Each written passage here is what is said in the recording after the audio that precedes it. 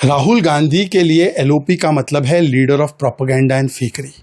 राहुल गांधी झूठों के नवाब है, सबसे ज़्यादा झूठ बोलने वाले सीरियल लायर और भारतीय राजनीति के पिनोकियो है राहुल गांधी। अभी हाल ही में जो उन्होंने झूठ बोला कि दिल्ली की साइज की ज़मीन चाइना को भारत ने दे दी, अब जनरल नरवणे जी ने आकर क्लैरिफाई किया है कि 1 इंच ज़मीन चाइना को नहीं मिली है। कौन सच्चा है और कौन झूठा है? और जनरल नरवणे जी की ही तथाकथित किताब का हवाला देते हुए राहुल गांधी जो आरोप लगा रहे थे, पर नरवणे जी ने तो खुद बोला है कि उनकी किताब प्रकाशित नहीं हुई, वो पब्लिश नहीं हुई। एक कैरावैन ऑफ लाइज मैगजीन के आधार पर, जिसको नरवणे जी ने खुद खारिज किया है, उसके आधार पर जिस प्रकार के अनर्गल झूठे आरोप लगाए राहुल गांधी ने, पार्लियामेंट को हॉस्टेज और बंधक बनाने का काम किया, प्रधानमंत्री से लेकर स्पीकर को अपशब्द और अपमानित करने का काम किया। आज ये सारा कुछ झूठ और फेकरी ध्वस्त हो चुका है। सेना का अपमान, यही है राहुल गांधी की पहचान। इसीलिए उन्होंने रफाल पर झूठ बोला, सुप्रीम कोर्ट ने फटकार लगाई। उन्होंने सेना की पिटाई हो गई ऐसा बोला, तो सुप्रीम कोर्ट ने बोला कि कोई भारतीय ऐसी बात नहीं करेगा। Surgical strike, Balakot air strike या ऑपरेशन सिंदूर हो, राहुल गांधी सेना के मनोबल को तोड़ते हैं। और आज राहुल गांधी को आईना दिखाने का काम नरवणे जी ने किया है। देखिए, केरल स्टोरी जो बनी थी, पहले लव जिहाद पर बनी थी, और अब उसका जो पार्ट 2 आया है, वो भी किस प्रकार से जबरन धर्मांतरण किया जाता है, महिलाओं के साथ शोषण किया जाता है, इस पर एक फिल्म बनी है। परंतु पता नहीं कि वोट बैंक का ऐसा दबाव है कि पहले कम्युनिस्ट पिनराई विजयन इन लोगों ने विरोध किया और अब कांग्रेस के लोग भी इसका विरोध कर रहे हैं।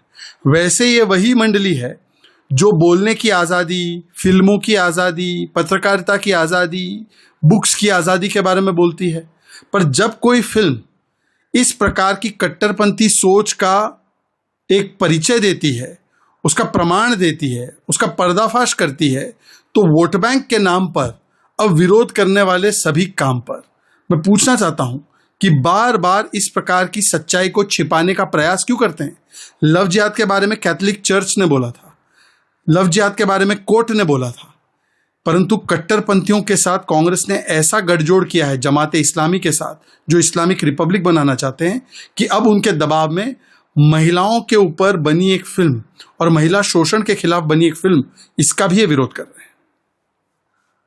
देखिए, केरल स्टोरी जो बनी थी, पहले लव जिहाद पर बनी थी, और अब उसका जो पार्ट 2 आया है, वो भी किस प्रकार से जबरन धर्मांतरण किया जाता है, महिलाओं के साथ शोषण किया जाता है, इस पर एक फिल्म बनी है।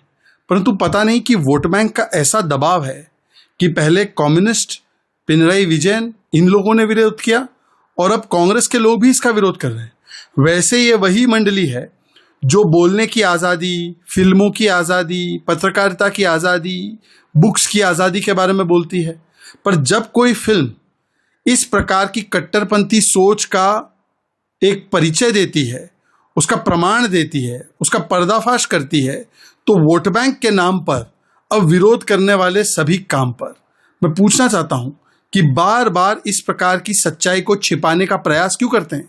लव जिहाद के बारे में कैथोलिक चर्च ने बोला था, लव जिहाद के बारे में कोर्ट ने बोला था, परंतु कट्टरपंथियों के साथ कांग्रेस ने ऐसा गठजोड़ किया है जमाते इस्लामी के साथ, जो इस्लामिक रिपब्लिक बनाना चाहते हैं, कि अब उनके दबाव में महिलाओं के ऊपर बनी एक फिल्म और महिला शोषण के खिलाफ बनी एक फिल्म, इसका भी ये विरोध कर रहे हैं। It is very strange that the entire ecosystem which says that we are for free speech, freedom of press, freedom of media, creativity, those who bat for many films, especially when the films are attacking BJP, attacking right wing, they are very much opposed to a film that is showing the truth about the fundamentalist forces that are exploiting and targeting women selectively. This movie is a sequel of the Kerala Story 1, which was made on the reality of love jihad. It shows how national security, how forcible conversions, how women exploitation, all of these things are being done in the name of faith and religion. What is the harm if this is exposed? If you don't want to watch, don't watch the movie. But why are you saying that this movie should be banned? Because under the pressure of fundamentalists, and Congress and left both are under the pressure. One is with Hamas, one is with Jamaat. they are trying to subdue the truth. They don't want this ugly reality to come out. It shows how they change their stand on free press and freedom of speech and expression also.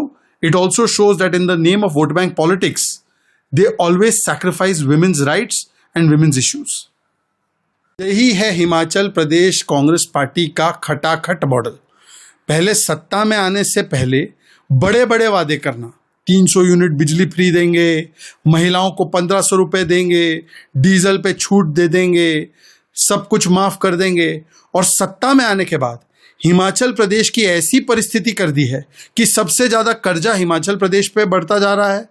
उनको revenue deficit grant भी अब नहीं मिल पा रहा है, और अब taxes बढ़ाने की प्रक्रिया शुरू। तो कभी पानी पर टैक्स, कभी बस फेयर पर टैक्स, कभी बिजली पर टैक्स, कभी डीजल पर बढ़ा देना वैट, और अब तो एंट्री टैक्स बढ़ा दिया। इसका सीधा नुकसान टूरिज्म पर होगा, वहां के लोकल्स को होगा, बिजनेस को होगा। यह है खटाखट मॉडल। जहां भी कांग्रेस आई वहां महंगाई और बर्बादी लेकर आई, कर्नाटका हो, तेलंगाना हो या हिमाचल प्रदेश। देखिए, फिर से एक बार कांग्रेस पार्टी को शशि थरूर जी ने ही आईना दिखाया है, और एक बार फिर से शशि थरूर जी ने इंडिया फर्स्ट की भावना से बात की है। कांग्रेस पार्टी का पूरा इकोसिस्टम, खास करके राहुल गांधी, भारत की हर उपलब्धि को कम करना चाहता है। जिस प्रकार से पूरी दुनिया एआई समिट का भारत का एक प्रकार से स्वागत कर रही है, उसका महिमा मंडन कर रही है। इतना भव्य एआई समिट हुआ है, दुनिया का सबसे बड़ा, दुनिया के बड़े बड़े नेता आए, टेक कंपनीज आए, पर राहुल गांधी उसे केवल और केवल फेलियर बताने में लगे हुए हैं। पर अब शशि थरूर ही कॉन्ट्राडिक्ट कर रहे हैं। शशि थरूर जी बोले बहुत अच्छा हुआ, छोटे मोटे ग्लिचेस तो होते रहते हैं। और ये पहली बार ऐसा नहीं है कि थरूर जी ने इंडिया फर्स्ट रखा है। ऑपरेशन सिंदूर में भी उन्होंने बोला इंडिया फर्स्ट, भारत ने सरेंडर नहीं किया, और राहुल गांधी को आईना दिखाया। राहुल गांधी और कांग्रेस पार्टी की प्रॉब्लम यह है कि वो मोदी और बीजेपी विरोध में उतरते उतरते देश विरोध में उतर आते हैं। इसलिए जब यूपीआई का अचीवमेंट होता है वो मजाक उड़ाते हैं। भारत की इकोनॉमी सबसे फास्टेस्ट ग्रोइंग इकोनॉमी बनती है, बोलते इकोनॉमी डेड है। भारत की वैक्सीन 2 बिलियन डोज लगते हैं, बोलते भारत की वैक्सीन खराब है। ये भारत विरोधी चेहरा राहुल गांधी का उजागर करने का काम आज शशि थरूर ने ही किया है। उनको बाकियों की नहीं, कम से कम डॉक्टर थरूर की माननी चाहिए। और मेरी तो उम्मीद है, होप है, प्रेयर है कि डॉक्टर थरूर के खिलाफ कोई फतवा जारी ना कर दे। वीके न्यूज, राष्ट्र के नाम।